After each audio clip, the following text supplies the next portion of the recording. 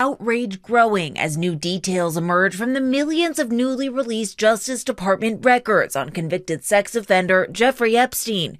They include Epstein's messages with powerful men. In these messages from 2013, the convicted sex offender connecting New York Giants co-owner Steve Tisch with various women. In one exchange, Tisch asked about a woman writing pro or civilian. In a statement, Tisch acknowledging a brief association where we exchanged emails about adult women, but saying I did not take him up on any of his invitations and never went to his island. As we all know now, he was a terrible person and someone I deeply regret associating with. And amongst the thousands of photos, these never-before-seen images of former Prince Andrew, who was stripped of his royal titles last year over his relationship with Epstein. Now seen here, crouched over a young woman, her face redacted, the date and context of the interaction unclear.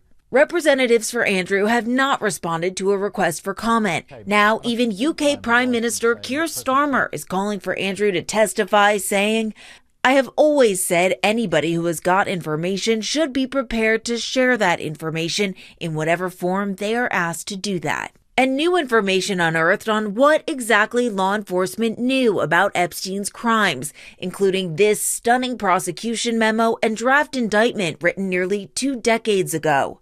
Across 45 pages, prosecutors in Florida detailing disturbing evidence they gathered against the financier, calling him, quote, a continued danger to the community based upon his continued enticement of underage girls. But that 60-count indictment never filed. Instead, Epstein landing a now infamous deal allowing him to plead guilty to lesser state prostitution charges, for which he served just 13 months in a Florida jail. Some of Epstein's victims now furious with the Justice Department, saying many of their names were left unredacted and exposed in this latest release.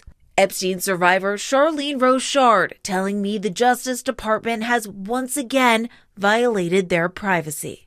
I have seen things that relate to me, and people I know have not been redacted at all. Their full names are out there, and especially Jane Doe's are fully out there. And they asked especially that their names are redacted, and they're just not.